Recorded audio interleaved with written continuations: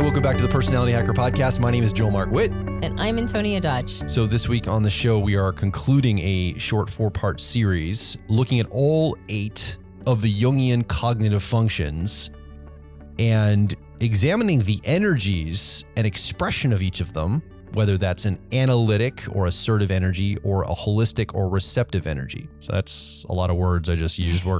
We'll unpack that step by step here. Just so you know, if you're a brand new listener, you're maybe don't know a lot about type, or you're a new listener, you need some orientation. If you go over to personalityhacker.com, our website, and you look up something called the CAR model, it's going to be very helpful in some of the things we're going to talk about today, because it's a metaphor for how personality types are expressed cognitively. So it shows you the mental wiring of the mind. Each personality type has a different CAR model they use, but the CAR model explanation will show you the framework that we use. And then you can apply that specifically to your Myers-Briggs personality type, or what some people call 16 personalities. And so I just wanted to reference that material to help you orientate to today, because we have a lot of preamble to lay the tracks for what we want to talk about today, because it's a little bit more advanced. If you're newer, this is some deeper material, and we want to bring it out to everyone and get deep with it. The other thing you can also do is you can join our Personality Quest program. It's a membership unlike any other you've been a part of, where we come together once a week live in a dynamic format. We go through the material of the podcast, but then right afterward, we go into breakout rooms, we do some journaling, and we do some group discussion to unpack the learning of these episodes and some of the things we talk about. And then we give everybody a challenge for the week to go try in their real life. So they come back with a real world experience, making personality type come alive for them. So those are 2 levers, the CAR model and also Quest, you might want to be a part of, that will really help you gain insight into some of the material I want to talk about today. So Antonia, let's jump into the content now that I've done some of the preamble. Lead us through how we're going to approach this. All right, so for the last 3 weeks, we've talked about analytic versus holistic character traits. And they have, like, just whether or not you have a preference for more analytic or a preference for more holistic energy, those come with certain character traits all by themselves. And then we've been taking that and marrying it with each, as you mentioned, each of the 8 Jungian cognitive functions, or the mental processes that are the building blocks of the Myers-Briggs system. We've been watching what happens when we, or observing that, how that energy, the analytic or holistic energy, flavors the function. We did it in the first episode with the sensing functions. Then we, in the second episode, did the intuitive functions. In the third episode, we did the thinking functions. And now we're going to complete it with the feeling functions. And just to, in case you haven't been following along with us, in case this is the first of the series that you are tuned into, I want to do like a quick compare contrast between analytic and holistic, just so that we get a sense of what those traits are. And it makes more sense why they flavor the functions in the way that they do. And I will, one more little bit of preamble. I will say too that it's really important to understand this concept. It's been built on the work of our friend and colleague, Dr. Dario Nardi. He is, I would recommend getting the book that this content is based off of. He's just released it on Amazon and on Radiance House, publishing platform Radiance House. It's called Decode Your Personality, 64 Brain-Based Subtypes to Go Beyond Myers-Briggs. Yeah. And the reason why this work is so good and so refreshing is I think it really helps with mistypes and incomplete definitions of functions that almost all of us have. Yeah. And I think marrying these energies with functions and seeing a wider spectrum of how they can show up and a bigger territory that each of these functions takes in helps with things like not just mistypes, but also what are the real gifts that each of these functions have? Like, what are the lessons they have to teach us? And then in our own personality, for our, particularly our favored functions, our driver and co-pilot in the CAR model, or our first or second, or dominant auxiliary, whatever vernacular you use, how can we make sure that they're not overly weighted or imbalanced toward one side or the other, creating one-sidedness? So I think it's a important concept, and I'm very happy that we've been presenting it. And I just want to mention that Dario doesn't just draw on his own work He also leans into Dr. Viktor Galenko, works with socionics in Europe. He came up with the nicknames for what we call subtypes. Dr. Helen Fisher for neurotransmitters and hormones. And then Dario's own work in EEG brain scans or brain images. He's noticed patterns of different, brain patterns basically that speak to some of these energies, analytic or holistic. We can actually see that on the brain scans. So there's some research and material to back up some of the things that we're asserting on this show. It's not just out of thin air. There's some real world tangibility to it. No, we're making it up as we go. No, you're right. It's brain savvy science. Okay. So let's go through that compare contrast with analytic and holistic and then get into the content of the feeling. So this is just in a general sense. This isn't applied to any functions at first. Right. Okay. So as you're listening along, just in general, your entire system of you as a person, void of personality type, do you have more of an assertive, directed, focused energy in the world? Or do you have more of a holistic, diffused, receptive energy in the world? And we're going to talk about the qualitative nature of each of these. Right. Okay. So the analytic style is the former of what you just described. It's the more goal-focused, more driven, confident, has a sense of clarity about outcome. It's more top-down in situations. A top-down approach starts with the solution and looks for the problem. It's more visual. It prefers speed to some extent.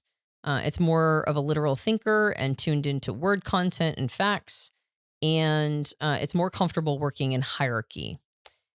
Holistic approach is the opposite of that. It's more open-ended. It's looking for input. It tends to be patient and curious, but not necessarily driven and focused. It tends to be a little bit more open to what we call information in the peripheral, which means that by definition, it's less laser target focused. It's more open to information that's kind of floating around. It considers all aspects of a situation at once. It's more about novel solutions than specific ones. It tends to have a bottom-up approach, more tuned into the figurative as opposed to the literal. And it's more egalitarian, right? And it doesn't like hierarchies as much.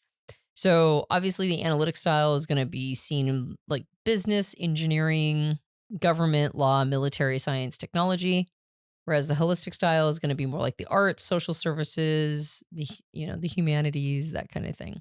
So those are the analytic and holistic preferences, and now we're going to pair them up with the feeling functions. Yeah. So there's two feeling functions. There's extroverted feeling. We've nicknamed harmony. This is focused on the energy between humans, the needs of humans, the interaction, the way humans treat each other and the emotions that live out here in the outer space. But there's also introverted feeling. We're going to talk about this too. We nicknamed it authenticity. It's about the core values, the inner identity, resonant, the motivational structures that we all have. And so these two feeling processes, all of us access. Some of us have as a strength. So introverted feeling or authenticity is a preferred function for FPs in the Myers-Briggs system. And extroverted feeling or harmony is the preferred function for FJs in the Myers-Briggs system. Okay.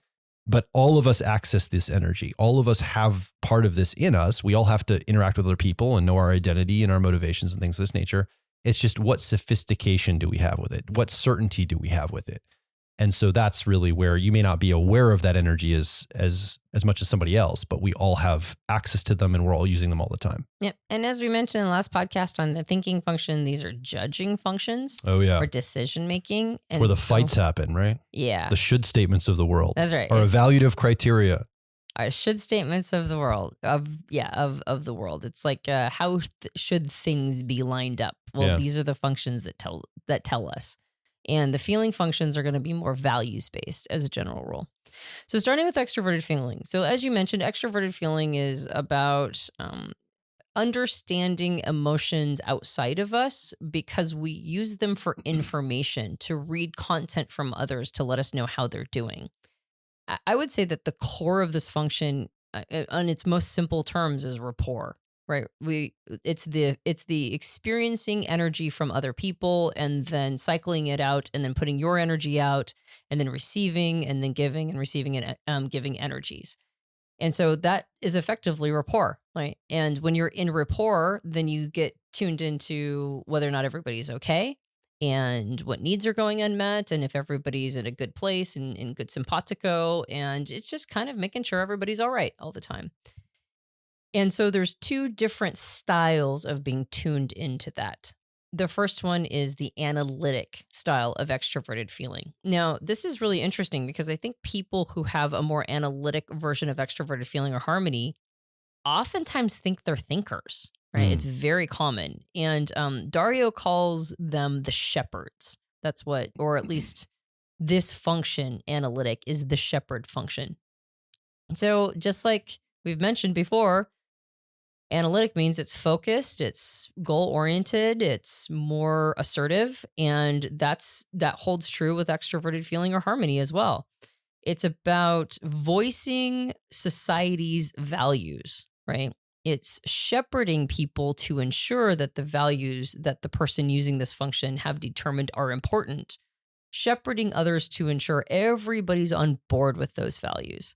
Now, they might do it in a very diplomatic way. They might say things like, hey, we should probably talk and get this worked out. But at the end of the day, what they're trying to do is corral everybody to ensure that important interactions and values between people and in culture and society, that nobody's being too much of a renegade against them. Well, nobody's draining the system, right? Mm-hmm. No one's pulling on the group more than their share. Yep. Yeah, exactly. And so it's important to corral outliers, right? Yeah. It's like, who's not paying attention to these important values? Those are the people we have to get on board. And there's a sense that if we can all just get on board with these values, we can just solve all the problems. and it can go big, right? Because it's analytic, and analytic tends to be more goal-oriented and more assertive. Then it goes from smaller interactions into sometimes into whole societal thinking, right? Everybody needs to get on board with this value, because if not, and like maybe a couple people can be outliers, but let's make sure that they understand that they're not cooperating with the system and society and culture. And so because of that, there's going to be consequences. Yeah. Well, and they're not wrong. I mean, look at what this has done for societies. We have manners and certain behavioral expectations that actually has made our world better. Imagine, living during Roman times when you could be on a road somewhere and get killed, or there's all these other, there's like social expectations that keep us safe outside of just like legalities and law enforcement, right? We kind of just expect that humans will treat us a certain way. And so I think if there is enough consensus, you can change culture to have different expectations, different outcomes. Yep. They're right in a lot of ways. Yeah. Yeah. And especially since the fundamental goal is to do it for one's own and everybody else's good, right? There's a real desire to create win-wins, and there's a desire to see people healed and make sure everybody's doing okay, and make sure that, like the system isn't sick. I think that's ultimately what analytic extroverted feeling or harmony is attempting to do. The challenge is that not everybody agrees on those values. And so if a person has this, the analytic version of this in a one-sided way, in an attempt to help, they might actually become a bully, right? In an attempt to make it better for everybody, they might end up, actually having some acceptable losses, right? And in part, they're willing to do big sacrifices for this greater good. So you're going to have to do big sacrifices too, right? Yeah. Whether or not you agree with their assertions. There's a great part in the show, The Good Place. I don't know which episode or season it is, but they talk about because they're talking about how to be a good person or bad person, or whatever. They're like, change behavior first and people's hearts will follow. And I feel like that's such a shepherd, extroverted feeling, harmony viewpoint, is like, get right action, get consensus, get everybody moving the right direction. And then people will learn to like it. Their hearts will follow later, right? Right. Yep. The other thing this could also show up at is something like an arranged marriage. Like, we're going to construct something that makes sense. Yeah, maybe you don't feel like you love that person now, but go ahead and arrange it. You're going to learn to love them later over time, right? Because we're going to force this, we're going to make this thing happen. And then you're going to accommodate your own internal sense. Your heart will match the external framework later. Yeah. But let's get the framework going first and then let your heart catch up. Yeah. And that's a hard concept for Westerners at this point to really consider because we haven't done that for so long. Yeah. That was the standard social contract for most cultures around the world for a very long time. Yeah. And it's only in recent times that we're not doing that. And a part of it is because it's, to some extent kind of makes sense and is good for everybody. And we make sacrifices as individuals for the greater good. And so I agree with you. I think that that kind of arrangement does feel very shepherd, extroverted feeling or harmony. Yep. Daria mentions that they can be really inspiring orators. And in an organization, they're going to help everybody be aware of the organization's values and get in sync as best they can. A church pastor is an obvious example, but the extreme is cult-like, right? So that's when it goes bad, is when we're getting people a little too on board, even against their better judgment. Mostly they're inspiring, advising, corralling, and shepherding. But there's going to be some black sheep around who don't want to be brought into the pen. And this is where maturity versus one-sidedness comes in. So again, that bullying can come from the one-sided version of this. And we talk a lot about how extroverted feeling or harmony is about getting people's needs met. And I remember somebody taking some exception to that. I think the person had ENFJ preferences and they didn't really resonate with that description. And they probably actually have shepherd. I mean, I would suspect that if they have ENFJ preferences and they don't really resonate with that piece, that they probably have the shepherd version or the analytic version of extroverted feeling or harmony. But I see it as a lot of times the analytic versions are like the writ large versions. Mm-hmm. So it really is about getting people's needs met. It's just not doing it on an individual tuning into one-to-one person element. It's more like all people's needs. And that's really what culture is about. Culture and society, to some extent, it's not the only thing it's about. But one of the things it's about is making sure that we all as a society and collective, if at all possible, are mostly okay in getting our needs met. And so I think the shepherd version of this still thinks in those terms, but does it on to scale, right? You can't spell culture without cult. Yeah, right. And it speaks to that. You mentioned cult leader at the worst extreme example of this. And so I think that's the one-sided piece is, that buy-in, that consensus buy-in. It's almost a cult-like nature culture has. Mm-hmm. Obviously, that rubs me the wrong way, but I understand it. I know it's needed in a lot of ways in society. I am one of those black sheep that they're trying to corral often and bring into the fold that doesn't like to play well, unfortunately. Yeah. Well, and again, maturity comes in here. If it's one-sided without maturity, if it has no, and we'll talk about holistic extroverted feeling in a moment. But if, the goal, and sometimes people go, well, I think I have both sides. Can I have both? And it's like, yeah, you want both. You actually want both the analytic and the holistic.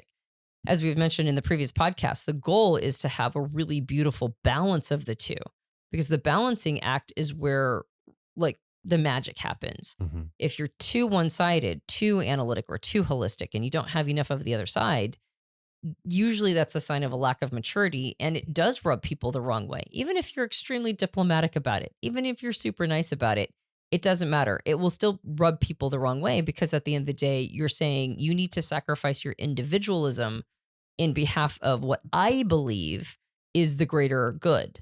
And it's like, well, who are you? Yeah. Why do you get to decide that?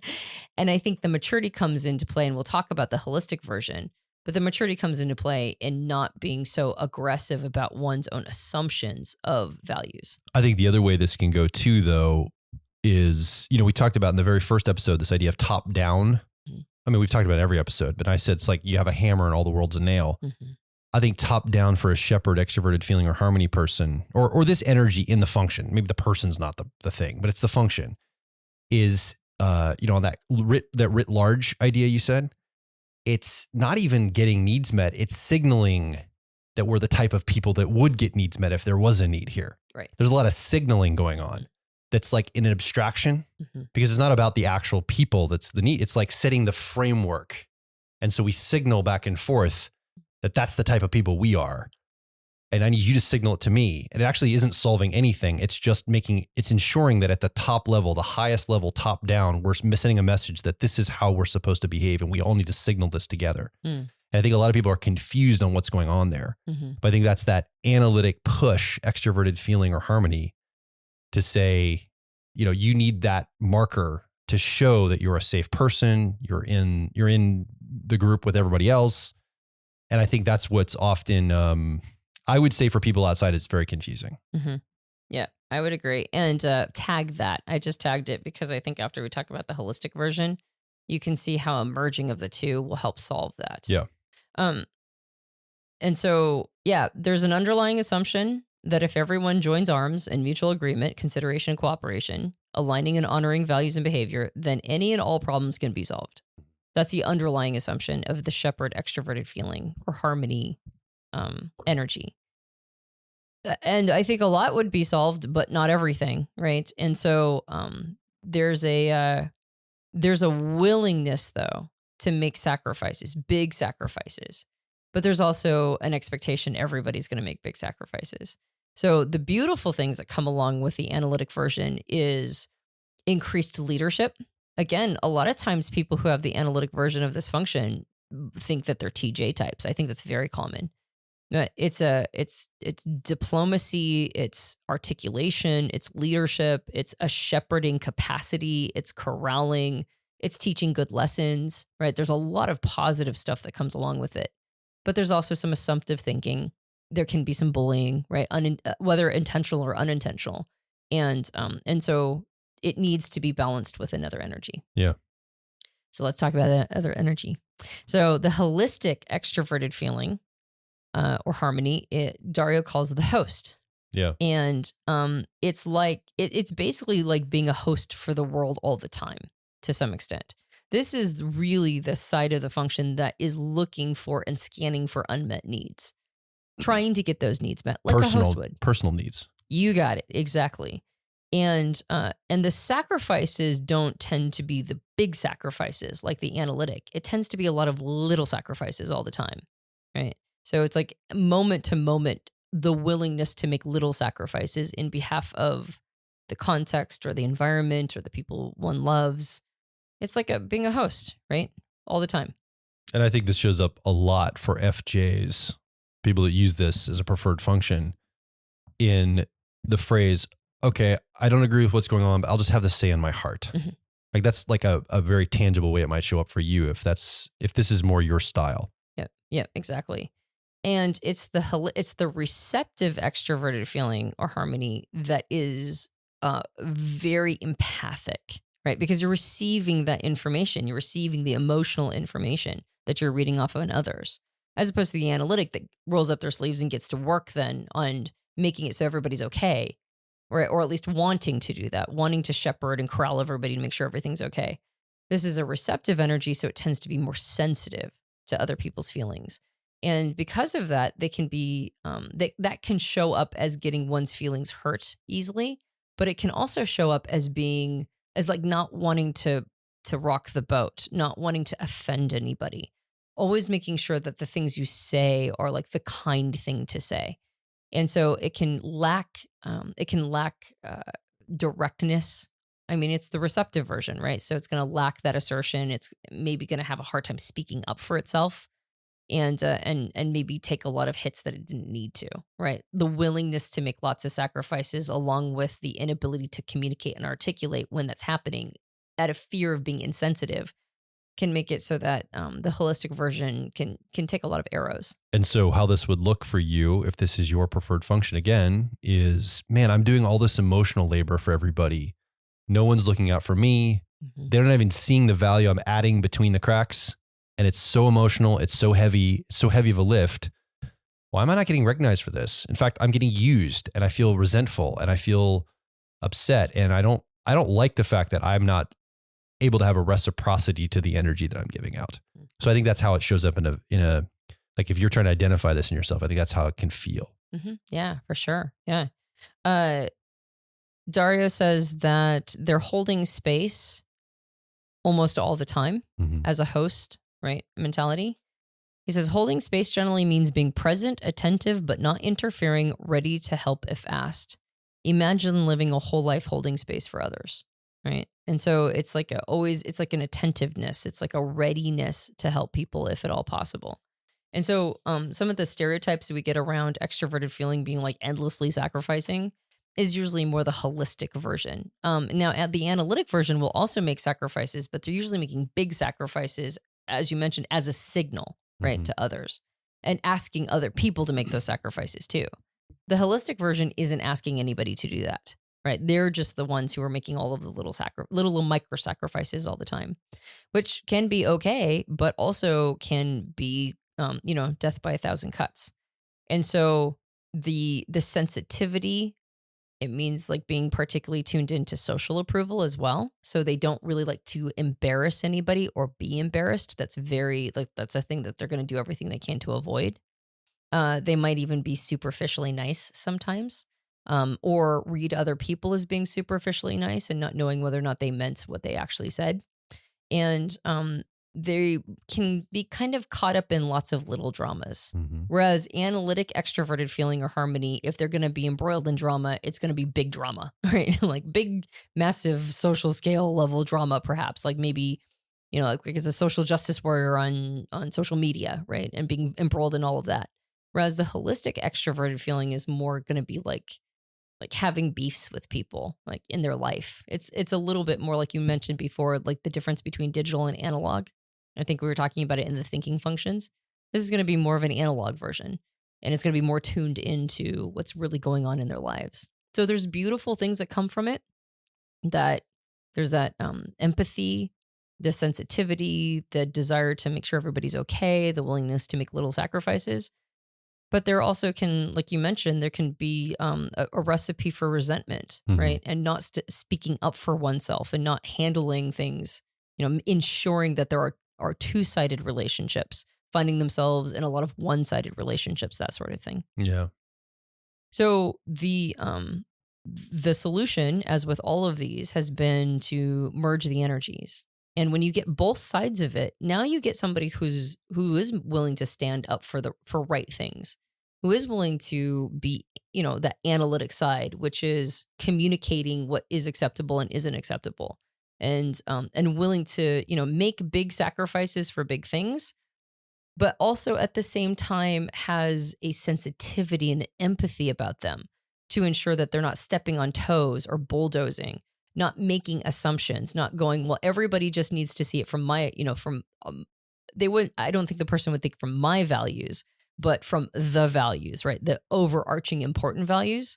Well, the more holistic side will give them some sort of discretion around it, more tapping into the energies that are actually at play, being empathetic of a person and what's going on for them in their experience. So if they aren't, can't be corralled, well, what's going on for them as an individual and what's happening? And maybe that's something I should take into consideration and not just assume that they need to be, everybody needs to be on board. It allows for a more individualistic experience of extroverted feeling, more of a relational component, like a person-to-person relational component, as opposed to the abstraction of a person. Yeah. And that you just need to get on board. Is that what you wrote down there? You were going to weave something together later? Well, and you mentioned signaling, right? The signaling at the analytic level. I think the holistic level is less about signaling and more about doing, right? Yeah. Like they're more going to be active and actually engaged with getting people's needs met as opposed to just conceptualizing it and signaling it. Yeah, I can think of right now, and maybe a more analytic, extroverted feeling person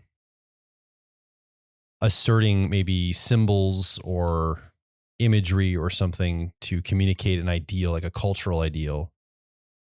And maybe another person going and taking action toward that cultural ideal more of a holistic way. Like it's kind of like the signal, the message versus the action.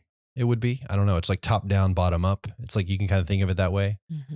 I have a specific example in mind I'm not going to share. That's why I kind of I started to go down a road. I went, actually, I'm not going to share that. I'm going to divert this. I'm going to use my own extroverted feeling harmony and realize, no, that's probably going to land poorly and go down a different road. So that's kind of why I was like, it looked like I was setting up for something. I'm like, no, I'm banded ship. Go this way. Never mind. Fair enough. But I will give a good example in my opinion. Harmony people terrify me. That's why, because I feel like they're going to come after me. Like, it's weird. These so nice, accommodating, get needs met people. But I feel like that's the mob that's going to come to my house.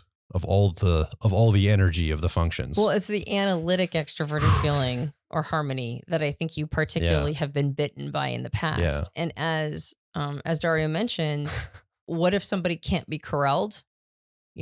Case in point. Let's cancel them. Well, he says that's where maturity comes in. Right. And if they're too one-sided, then that is a problem. And you're, that canceling, quote unquote, canceling. And there's a lot of people who don't even think it's a thing and other people who think it's absolutely a thing. But regardless of whether or not canceling is really a thing, the concept of it. How can it happens? How could it not be a thing? How's how's reality not a thing? What are you talking about? Now people are going to come after you and tell you how it's not a thing. Anyway. What? Are you serious? People really don't believe this reality's happening? I'm sorry. We'll keep going. I'll let them come after me and correct me. That's right. In my incorrect viewpoint of what I see as reality. Continue, please. Well, and that's I'm gonna point to that actually. The mature, perspective on all of this is maybe there's a reason you have a difference of opinions. Sure. Right? And case in point with holistic extroverted feeling. That's going to be the version of extroverted feeling that is tuned into the individual experience and goes, well, there's a reason you believe that. And so I'm going to be tuned into that and I'm going to hear it, right? I'm going to kind of understand what's going on for you, right? I'm going to be empathetic to your feelings around that. As opposed to the analytic that might come in and argue. But when those two energies are married together, now you have somebody, again, who can tune into the individual and understand individual needs and recognize that, maybe I have to meet people where they're at, right? Maybe I can't just insist on something. I have to meet people where they're at. But then at the same time, has the capacity to stand up for themselves, has the capacity when they truly see things happening that they don't agree with or believe in, that they can go in with a corrective energy, which...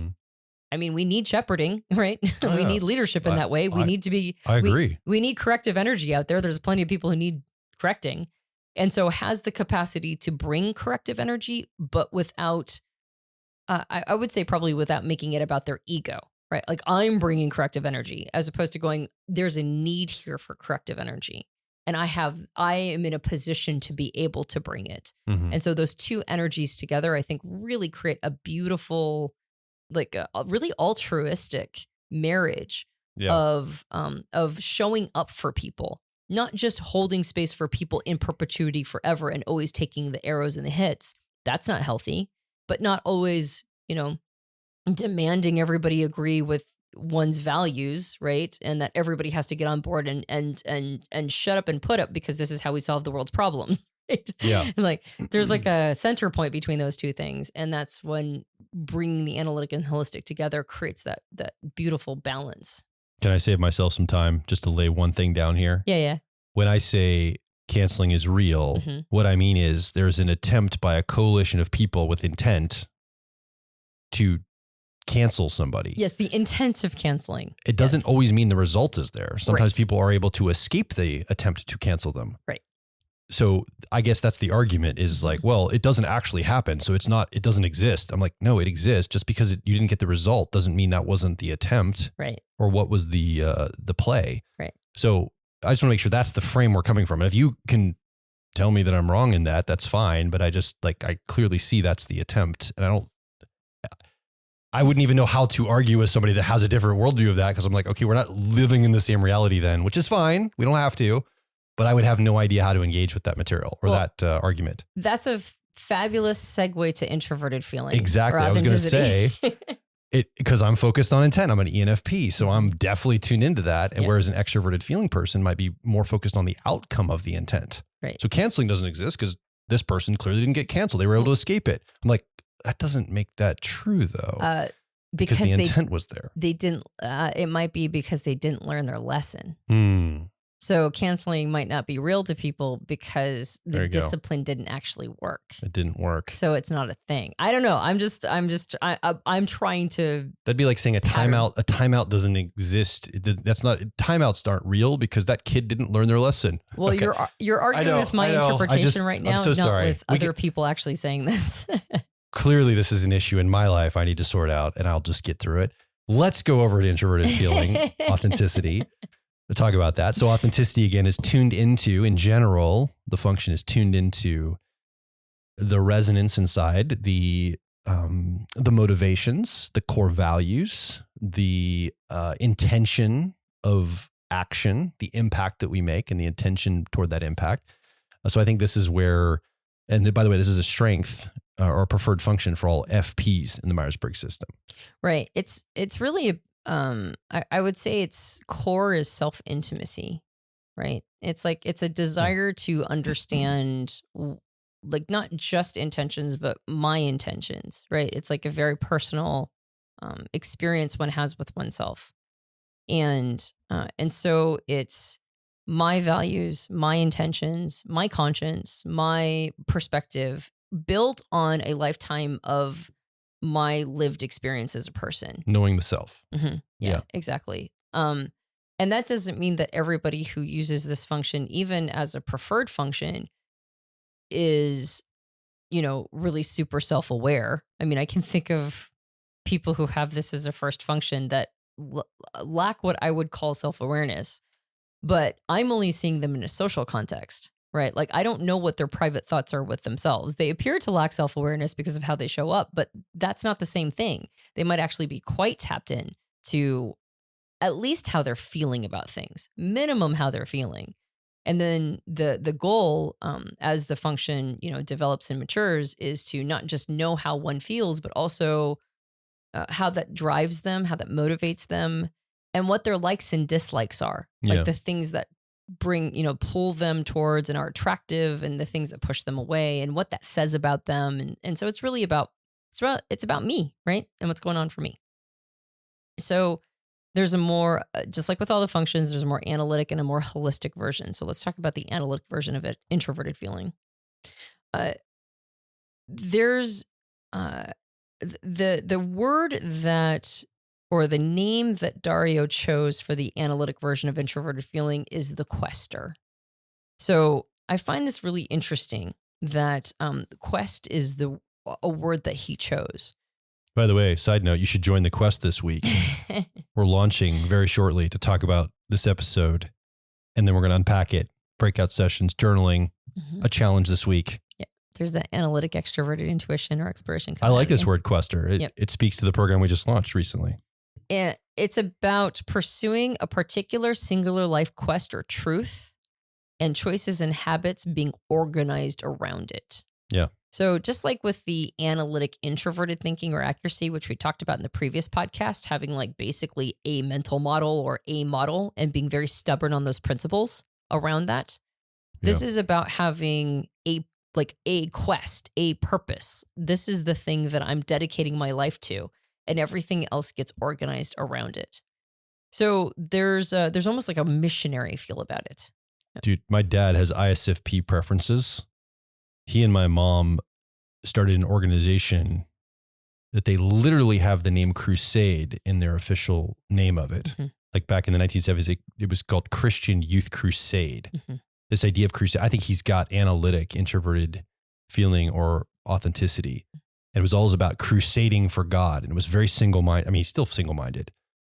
And I grew up in this environment. It was like, that's what my introverted feeling or authenticity thought you had to do. You had to pick something and be on a mission for it. Yeah. And you'll either get there or you'll die trying. I think that's really the energy baked into this. Well, and their public facing name even has the word quest in it. Yeah. Right. And so their official, the name has crusade, and their public facing name has quest. Yeah. And so I never even connected those two until just now. Yeah. Yeah, you're absolutely right. So they have even his organization is a shadow of how analytic his introverted feeling or authenticity is. Right, exactly.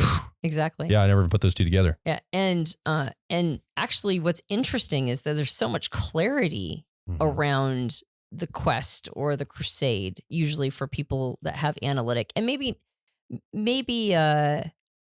we should use examples that don't feel so missionary and religious oriented in Sure. just a moment. But usually there's so much clarity around that they can score or test as thinking types Mm-hmm. because it doesn't feel emotional. It just feels deep, right? It feels deep, profound, and important. Well, there's tons of Hollywood actors. Who's the guy? I mean, I'm not going to talk about anything specific that he's focused on driving forward or what he cares about, but I would just say, Sean Penn. I would say Sean Penn. I don't care if he's an introverted feeling or authenticity user. He feels like a person that has analytic, introverted feeling or authenticity. When he has a cause or something he's toward, he's like single-minded, almost to an absurd level. Like he can't let any other information come in. He's just focused on it and like embodies every aspect of it. And he just like lives in this congruent, like I will die or this thing will happen framework. Yep. Yeah. And actually, Joan of Arc energy, I guess. Yeah. And that consistency of showing up and having everything be filtered through the things that are important to them is one of the symbols of an analytic introverted feeling or authenticity user. Yeah. It's actually one of the symbols of an analytic extroverted feeling and harmony user too. The analytic types or feeling functions, they tend to have very consistent, I could call them personas, right? Their interface with the outside world. They show up the same in every context or situation because they are standing for these values that are almost outside of themselves, but for introverted feeling, feel like themselves. Whereas the holistic versions, and we'll talk about holistic introverted feeling or authenticity in a moment, they're way more flexible. Like holistic extroverted feeling or harmony that we just talked about, it because it's interfacing with the individual and kind of trying to figure out what their needs are, it can almost feel like a chameleon. They can look very different from person to person because they're showing up to meet that person's needs. Whereas the analytic version will show up for the values, right? Mm-hmm. And it's the same thing with introverted feeling because everything is being filtered through, like are my actions, beliefs, feelings, relationships, habits, and so on all consistent regardless of what kind of situation I'm in, right? Am I acting 100% consistent and usually consistent with the thing that I think is important with my crusade or my quest?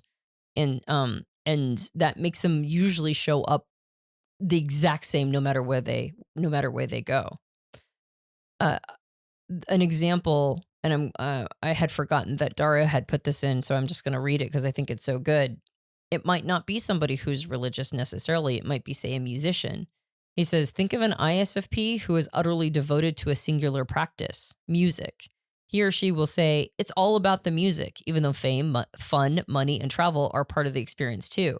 They believe, maybe fear, that their music will be fake and they will fail if they're not dedicated to a raw honesty. Yeah. So it's like, it's all about the music. And if they get at all distracted by anything else, that will take them off of the crusade, right? It's a great example. Yeah. So that's not like a mission or a religion or politics or anything. It's just music, but it still has that single-minded focus and trying to honor that, the thing that's so important. Yep. So they usually come across as really dedicated. They might be kind of black and white and maybe even judgmental. But they're usually capable of a lot of complexity. Mm-hmm. And so these are the introverted feeling, like analytic introverted feeling tends to have more success because they are so driven and because they are so single-minded. And oftentimes single-minded determination is one of the key nodes in the system of success. So these are the types that tend to have a little bit more success in their life. Yep. Let's talk about the more holistic introverted feeling, authenticity. I think I resonate with this one a lot. Mm-hmm. Yeah. I almost feel bad doing the talking on it because I think, I want to do it so I can resonate. I want to hear it and resonate as you talk it out. Let's do it. I want to punt the ball over to you as soon as we describe it. So Dario calls the holistic introverted feeling or authenticity energy the romantic. And he has kind of some flowery language around it. He's like, oh, the romantic, right? He says this person is particularly existential.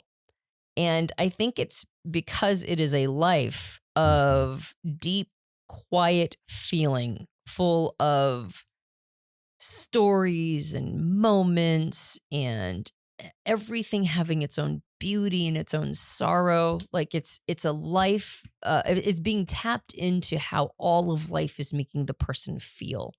That's the really introspective element.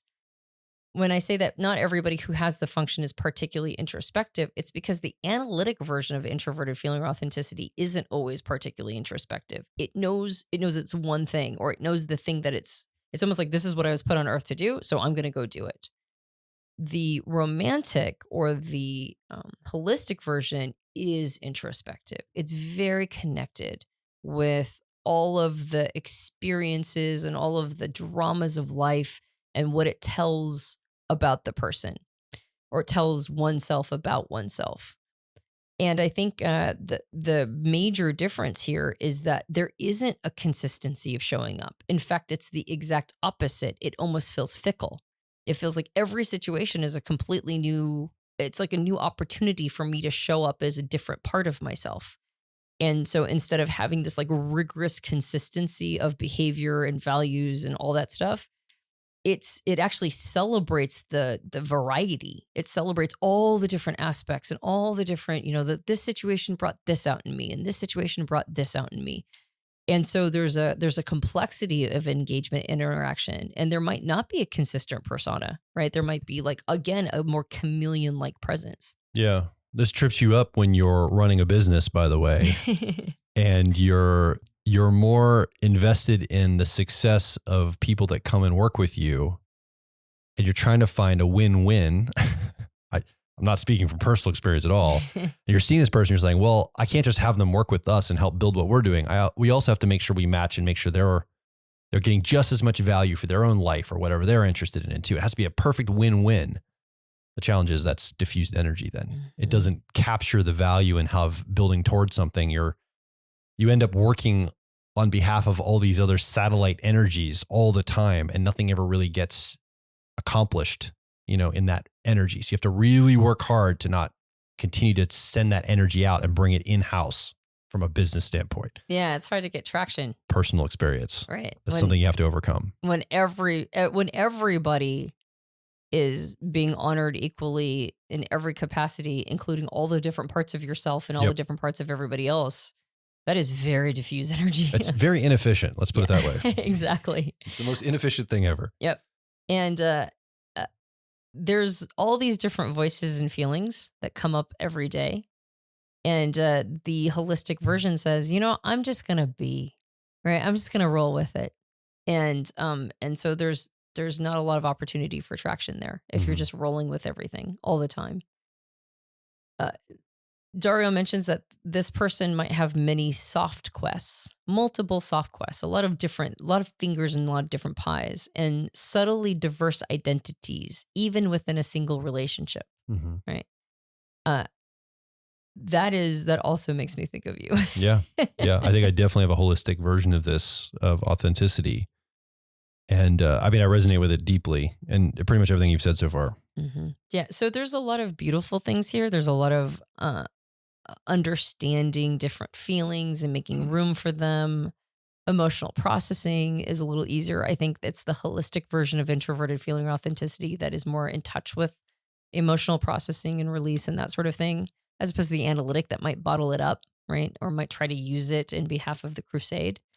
This is the one that's more in touch with feelings on an individual, deep personal level. But as you can imagine, this can also be a bit of a wishy-washy person. Yeah. Right. There's no real strong, roots, or not roots. It's like there's no ballast, I guess. And if you're so many different things, so at many times of the day, like, how do you build on that? Yeah. This thing made me feel this way, so I guess I'm not going to do that anymore, even though it made me feel differently yesterday. I'm not going to do it today. Well, it's like, how do you, at the worst, it's absolute worst, how do you hold down a job then? Right. Yeah. So it's the opposite of successful. I can see, so we're going to talk about in a moment here that we all have these energies in us, and we all want to balance out both holistic and analytic. And if I look at my introverted feeling, one of the things that I've been working on for the last 10 years, like a decade, is moving from more of a holistic, receptive, open to more of an assertive, directive, focused energy. And I think the personality quest is a perfect example of this. if you listen back to the Personality Hacker podcast, maybe 5 years ago, my statements might be like, if you're interested, you might want to check out and maybe come over, and like all these hedging, phrases, and, only if it's right for you. Just, do what makes sense for you and what feels right for you. It's very open-ended, not very like directive or convicted about it. And now if you listen to my language, I still struggle with that. I still have that kind of framework a lot, but I'm really trying to add in like, hey, and I'm getting more assertive, like, you need to join Personality Quest. They're going to be amazing. You're going to have a great experience. We're on a mission together. We're seeking out a real way of applying personality type in our lives. I'm talking in these terms. I'm bringing more of that assertive energy. And so I'm just reviewing. I'm watching myself try to pull that energy more over to the analytic, because I think it's actually what our team and people in our ecosystem need. Even though it's not naturally in me as much, I can access that and grow and develop it. And I think it's going to serve everybody better. And so I think that gives us this avenue of leaning into the other. I'm trying to give an example of how that might look for somebody. Yeah. Regardless of what function you're focused on. I'm just talking about authenticity or introverted feeling right now. Right. But it might be a different function for you. But that's how you can start to lean into another part of yourself.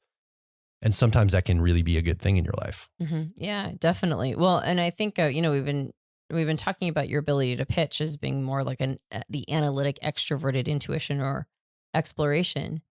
But I do think I do remember you throttling that energy more if it wasn't right for the individual. Right. Yeah.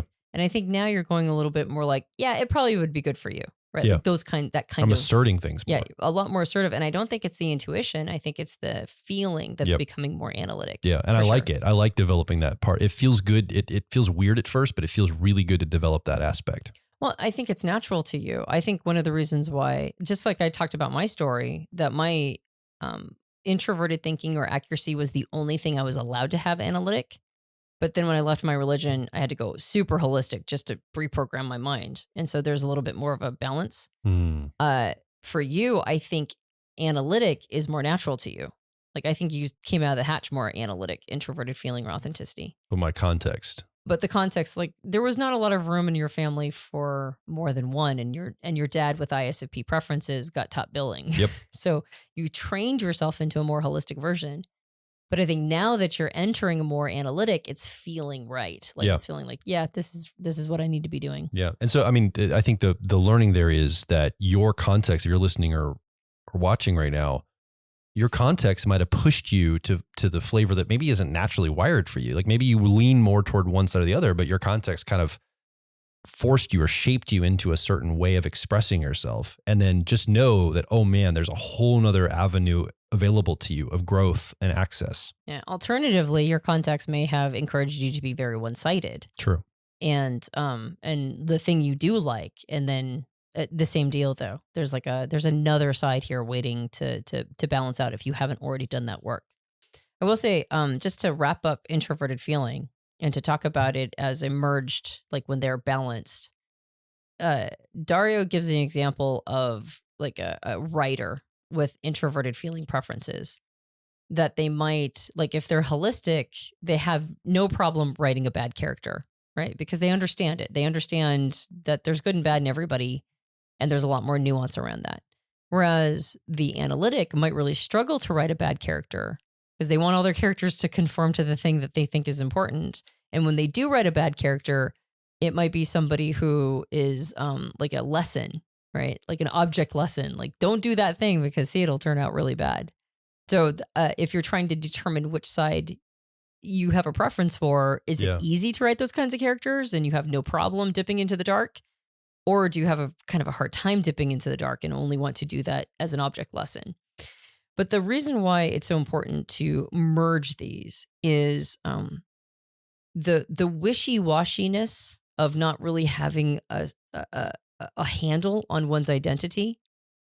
There's a lot of beauty that comes from seeing all that variety and hearing all the voices and understanding that there's a whole council going on and there's lots of different parts of you that have a lot of different agendas.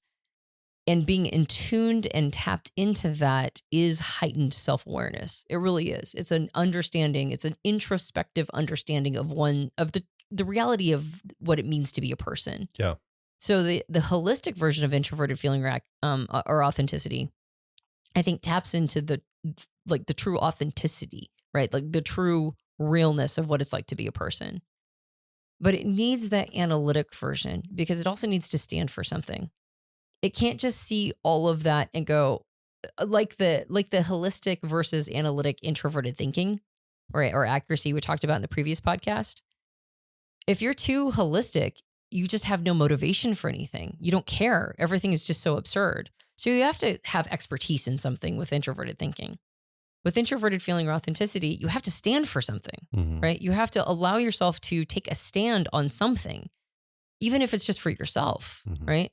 And so you're not wishy-washy. You're not just sort of letting the world happen to you over time. That there's a sense of purpose and direction and a sense of campaign and a sense of, a sense of crusade. I'm here to do something. But you don't want to be too one-sided on that side either, because now you're rigid, you're locked in. You actually aren't tapped into your emotional experience. Everything is being corralled and funneled toward this crusade. And that one-sidedness can also have real consequences and problems, right? Like you might be actually doing acts of self-betrayal without even realizing it. Yeah. So the merging of the two allows an integrity of self and a tapping into the truth and, sort of the vulnerability of being a person, right? And all of those emotions that are true and real, including the dark parts of the heart, while the analytic part comes in and goes, but I actually do stand for something. I actually am going to get something done. I actually have purpose here. And I'm not going to let anything really stand in my way. I'm going to keep going towards it. And that merging of the two, you can see FP types in particular who have merged that. They're just these beautiful souls that are doing cool stuff, right? Yeah. And so there's a lot of value in balancing that. So what do you think? You've been listening or watching along with us here. It's been the two of us talking. We don't have a third microphone, but we do want to hear from you. Come over to personalityhacker.com. Under this episode, leave a comment, ask a question, or more importantly, share your story. Stories are compressed experiences. We can see what's going on for you in your life through the stories that you tell us. And not just us, but the community that we've gathered here that listen to this podcast, that are part of the Personality Hacker family, the ethos, the ecosystem.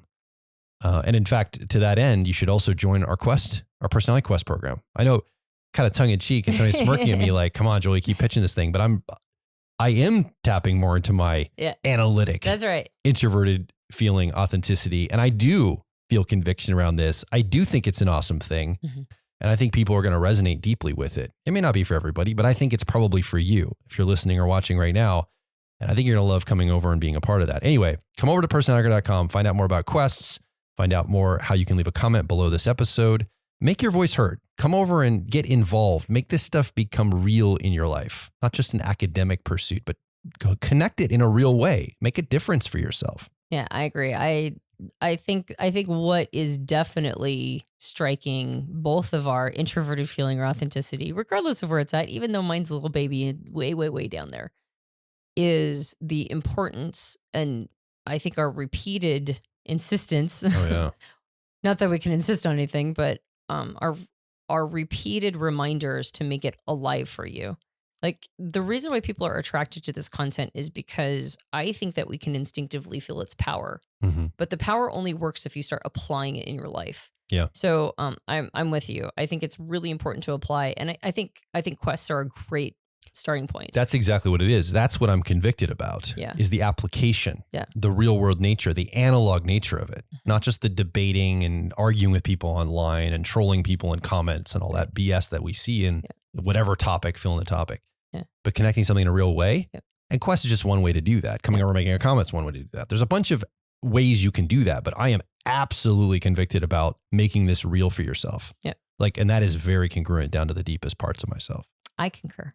There you go. My introverted there you feeling. go. You're on board too. I love board. it. Fist bumps right here. We got it. We have fist bumped more this podcast series than I think we ever have. I think it's because we're doing a great job. Go us. They're deserved. They're well-deserved fist bumps. If you enjoyed this podcast, you can subscribe to us on iTunes and various Android platforms. You may be watching us on YouTube right now. You can subscribe, and hit the bell so that you are made aware of future episodes. We also do a premiere every Sunday. As Joel mentioned, you can join us on the quest, but we also, at the time of this recording, are premiering the video. So come join us in the premiere, even if you're not in the quest, but you should be. But even if you're not, you can still watch it live, and we have a little bit of interaction afterwards too. So come do that. We have a book. It's called Personality Hacker. You can get it in all major book retailers. If you have not yet done so, think about picking up a copy. No, my Analytic Extroverted Intuition or Exploration says, go get a copy. There you go. Fabulous. Oh, I like that now. Do you see that? Drawing this out. Good Working job. on that Analytic. And let's see. Where am I at in all my little spiel? Did Book I hit copy everything? Quest. Yeah, I think you did. I think I hit I everything. think we're good. All right. So we can wrap up this 4-part series. Yeah. Okay. So.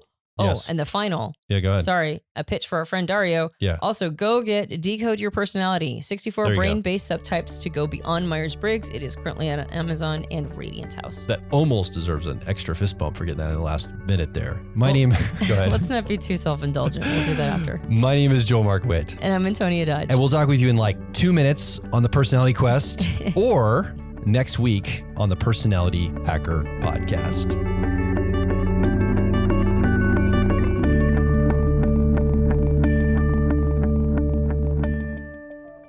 Hey, it's Joel from Personality Hacker. So a big reason people get into personality types is usually to improve their relationships with other people. And you can understand key differences between you and someone else when you understand how type works. So clearly, personality type is applied to relationships. But what about the relationship with yourself? Well, personality type can also help you navigate your career, or maybe an educational path that you need to follow, or other opportunities that present themselves, and it helps you know which are the right choice for you. And ultimately, personality is the key to unlocking identity-level worldview and life purpose.